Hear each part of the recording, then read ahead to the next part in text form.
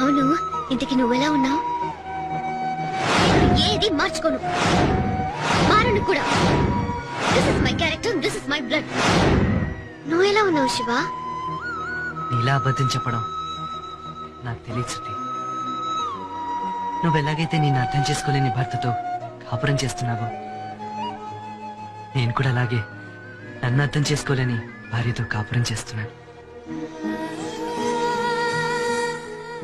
ఇష్టం లేని జీవితాల కోసం నువ్వు నేను సర్దుకుపోతూ బతుకుతున్నాను. కానీ ఇదే గనక నువ్వు ఆ రోజు కొంచెం తొందరపాటు లేకుండా మన కోసం, మన ప్రేమ కోసం ఆలోచించుండుంటే మన ఇద్దరం కలిసి సుఖంగా సంతోషంగా ఉండేవాళ్ళం కదా. ఆ రోజు నీ ప్రేమను అర్థం చేసుకోకుండా కాదనుకుని వచ్చాను. ఈ రోజు ప్రేమ విధించిన శిక్షని నేను ఈ రకంగా అనుభవిస్తున్నాను.